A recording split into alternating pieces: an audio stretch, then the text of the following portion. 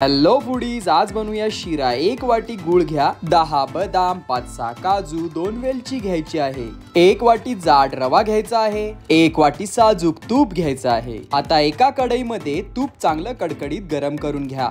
आता काजू बदाम चांगले तुपामध्ये रोस्ट करून घ्यायचे आहेत। आता गरम तुपामध्ये एक वाटी रवा चांगला भाजून घ्यायचा आहे। आपल्याला स्लो गॅसवर चांगला खरपूस हा रवा भाजायचा आहे, जसं की एकदम ब्राऊन झाला पाहिजे। तुम्ही बघू शकता व्हिडिओ मध्ये। आता रवा भाजून झाला की 3 वाटी पाणी आणि 1 वाटी गुळाचं पाणी चांगलं ऍड करून घ्यायचं आहे आपल्या रव्यात।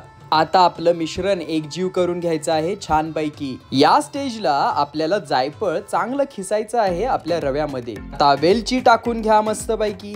तळून चुरा केलेले काजू बदाम याच्यामध्ये ऍड करून घ्या आणि हे मिश्रण एकजीव करून घ्या। आता आपला शिरा ऑलमोस्ट रेडी आहे। आता झाकण ठेवून चांगली उकळी मारून घ्यायची आहे आपल्याला। झाकण मारून एक 5 मिनिटं ठेवून द्या। तयार आहे आपला तुपातला गुळातला साजूक शिरा। हो, आणि हेल्दी पण तितकाच हा।